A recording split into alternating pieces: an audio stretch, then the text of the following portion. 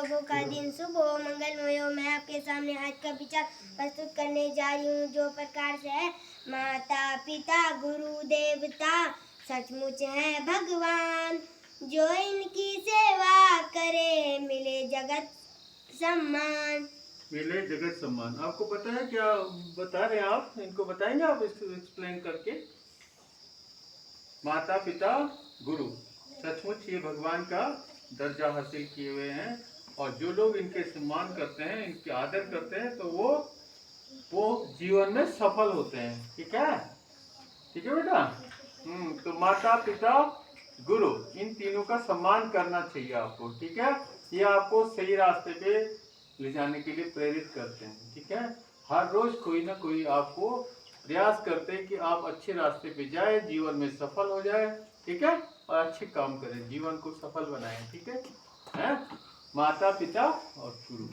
ठीक है, सामने देखो तुलसी काया खेत है, मनसा भयो किसान, पाप पुण्य दो बीज हैं, बोए सो लुने निदान। तो तुलसीदास जी का है दोहा, क्या कह रहे हैं कि शरीर क्या है? खेत है। काया, काया मतलब शरीर, खेत है। और जो मन है इसमें, वो क्या है? इसमें किसान, किसानी करने वाला है ना। ये जो शरीर है हमारा, वो क्या है? खेत। ठीक, और किसान क्या है? हमारा मन। और मन से ही पाप पुण्य के बीज, दो बीज बोए जाते हैं। और अगर हम पाप करेंगे, पाप कर्म करेंगे, तो क्या होगा? दुर्गति होगी, है ना। और अच्छे काम करेंगे, पुण्य के काम करेंगे, अच्छे काम करेंगे, तो क्या होगा? सदगति होगी, अच्छा जीवन होगा, है ना। तो आपको बताया इस तरह से। तो ये हम पे डिपेंड करता है, हम प्रत्येक इंसान पे ये निर्भर करता है कि हम पाप के बीज बो रहे हैं या पुण्य के बीज बो रहे हैं उस खेत में, इस शरीर में। तो पुण्य के बीज बोलने चाहिए, जिससे हमारा जीवन क्या हो? सफल हो, अच्छा हो। ठीक है, पुण्य के बीज ही बोलने चाहिए। तो ये तुलसीदास का आपको ध्यान रखना है कि उन्होंने बहुत तरह से आपको सिखाने की कोशिश की है किस तरह से अपना जीवन होना चाहिए। हमारा शरीर क्या है? खेत है, और उसमें मन क्या है? किसान। और किसान जैसा बीज बोए, मतलब हमारा मन जैसा बीज बोएगा वैसे हम कर्म करेंगे। पाप के बोएंगे तो पाप कर्म होंगे, पुण्य के बोएंगे पुण्य कर्म होंगे। ठीक है ना। तो हमको कैसे बीज बोलने चाहिए? पुण्य कर्म, अच्छे कर्म। ठीक है ना। तो हमारे जीवन उससे क्या होगा? बहुत अच्छा होगा, उत्कृष्ट होगा, सम्माननीय होगा, है ना। समाज के लिए, देश के लिए, और अपने लिए तो होना ही होना है ऑटोमेटिक। ठीक है, तो इस तरह के काम आपको करने चाहिए, अच्छे कर्म करने चाहिए। ठीक है, हाँ, बहुत तरह से आपको समझाया जाता है। बहुत सारे जितने भी संत हुए हमारे देश में, बहुत सारे संत, कई संत हुए, नहीं हुए, हर रोज कोई ना कोई आपको बात बताई जाती है, संतों की बात बताई, संत थे। ठीक है, हाँ। एक जीके का प्रश्न है, आपने इसको याद कर लेना है। मानव शरीर की सबसे बड़ी ग्रंथि का नाम कल आया था, कोशिका का नाम, तंत्रिका तंत्र नहीं है, नर्वस सिस्टम, तंत्रिका तंत्र था ना हमारा। और इसमें मानव कोशिका की सबसे बड़ी ग्रंथि कौन सी है? यकृत, लिवर भी बोलते हैं उसको। क्या बोलते हैं? Liver. Today's black board update, इस तरफ देखेंगे आप। 1637 1637, date 8 November 2024, and day is Friday, FRIDAY, Friday. आज का विचार है, जैसा इंसान का चरित्र होता है वैसे ही उसके मित्र भी होते हैं। हम ये कहते हैं ना, कभी कभी आपके चरित्र के बारे में पता करना हो तो आपकी मित्र मंडली को का पता कर लो। आपके दोस्त किस तरह के बच्चे हैं, आपके दोस्त किस तरह के लोग हैं, तो आपके चरित्र के बारे में पता लग जाएगा। आपकी दोस्ती किन किन लोगों के साथ है, तो आपका कैरेक्टर उससे भी पता लग जाता है। ठीक है, तो जैसे दोस्तों की संगति होगी ना आपकी, वैसे ही आपका चरित्र भी होता है। तो यहाँ पे ये बहुत सही कहा हुआ है, सच में ऐसा ही होता है। आप अभी तो बच्चे हैं, जैसे बड़े होंगे अभी भी आप देख लेना, कई बच्चे ऐसे होते हैं, एक जैसे बच्चों की, जैसे जो जो शैतान टाइप के होते हैं ना, शरारती टाइप के, ना पढ़ने वाले, उनकी अलग मंडली बन जाती है। जो पढ़ने वाले बच्चे होते हैं उनकी अलग बन जाती है ना। ऐसा आप पे भी होता है ऐसा।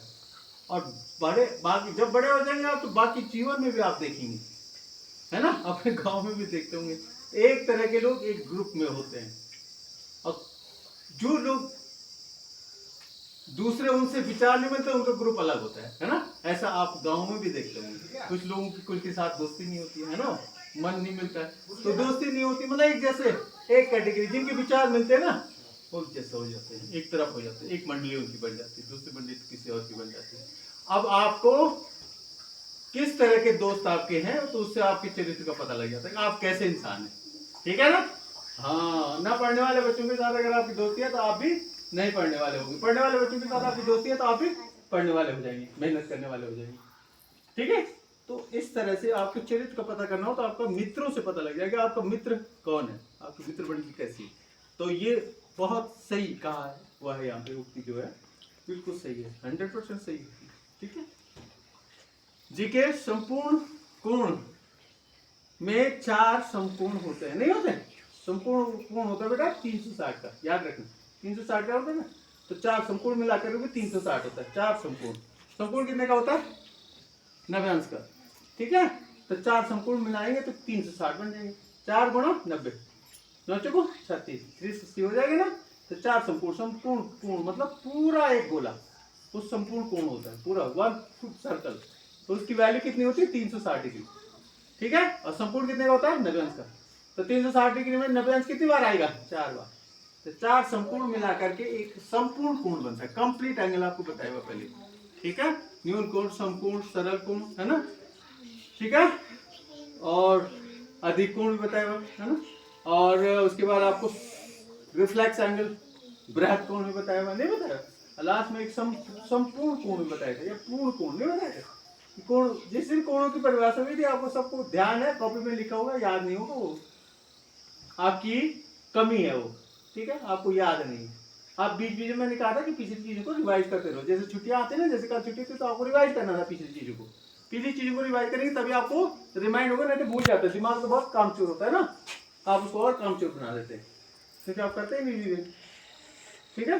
तो इसलिए आपको मनसा भयो किसान तो ऐसा बनना है आपने, ठीक है। मन को कंट्रोल में रखना हो तो आपके दिमाग को और कामचोर बना देगा। संपूर्ण कोण और संपूरक कोण बनता है। अब संपूरक तो अलग चीज है ना, ठीक है, वो तो पेयरिंग होती है ना, कोणों के जोड़ों के बारे में होते हैं, जोड़े जो बनते हैं, पेयर, पेयर जानते हैं, जोड़ा तो क्या बनता है ना, पेयर। जब पेयर का सम 180 हो जाए तो वो संपूरक हो जाते हैं, ठीक है। एक होता है कोटिपूरक, जब पेयर, पेयर मतलब 2, तो 2 चीजों का योग, 2 कोणों का योग 90 डिग्री हो तो कोटिपूरक हो गया, 2 कोणों का योग 180 अंश हो गया तो संपूरक हो गया। लेकिन ये संपूर्ण कोण की बात कर रहा हूं मैं, होल एंगल, ठीक है, कंप्लीट एंगल, कंप्लीट एंगल बोलते हैं उसको, ठीक है। लिखाया हुआ बेटा आपको, कराया हुआ, समझाया हुआ भी आपको, बनाया हुआ भी आपको, लेकिन आपने रिवाइज नहीं किया इसलिए आप भूले हुए हैं, और रिवाइज करना आपका काम है, ठीक है। 3, 4 और 5 वालों को तो कराया हुआ बोर्ड पे, ध्यान है मुझे, और डेट बतानी तो वो भी बता दूंगा। कोटिपूरक कोण और संपूरक कोण में अंतर ये है कि कोटिपूरक कोण 90 अंश का होता है का योग, और संपूरक कोण का योग 180 अंश का होता है, ये ध्यान रखना है। संपूर्ण कोण का योग 360 अंश होता है। आज का वर्ड है बेटा बटरफ्लाई, हाँ, बटरफ्लाई सभी जानते हैं, आज यहाँ पे आती है फूलों पे, आपने देखा होगा अक्सर, है ना, तो फूलों पे वो मंडराती रहती है तितली। और चित्त पतंग, संस्कृत में चित्त पतंग, ठीक है, ये ध्यान रखना है, चित्त पतंग या बटरफ्लाई। बटरफ्लाई की स्पेलिंग याद कर लो, BUTTERFLY, बटरफ्लाई। और आज जयंती है सितारा देवी कथक नृत्यांगना, कथक डांस होता है ना, तो वो कथक नृत्यांगना थे, तो सितारा देवी की जयंती भी है, 8 नवंबर 1920 को इनका जन्म हुआ। और श्रद्धांजलि देते हैं आज शारदा सिन्हा, ये बिहार की कोकिला, और जन्म इनका 5 नवंबर 2000, सॉरी मृत्यु 5 नवंबर 2024 को जो है श्रद्धांजलि शारदा सिन्हा बिहार की रहने वाली थी, बिहार की कोकिला है शारदा सिन्हा, ठीक है, और इनको श्रद्धांजलि देते हैं आज। और साथ में कथा, ये जीके ऐड हो गया आपका, ठीक है ना बेटा, ये जीके भी ऐड हो गया, मतलब कुछ बच्चे अभी इसको नोटिस कर रहे हैं दिमाग में, जैसे 2 जीके आपको अभी मिल गए, नहीं तो इसको आप अपने जीके में भी शामिल कर सकते हैं। कल को परसों को जब भी है ना टर्न आए आपकी, तो आप इसको ऐड कर सकते हैं। तो कथक नृत्य के ना सितारा देवी का जन्म के बारे में बता सकते हैं आप, ठीक है।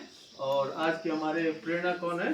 दिव्या, और सूरज कौन है? आदित्य। दिव्या और आदित्य वेल ड्रेस्ड हैं, ठीक है, okay. That's from the board. और अब आप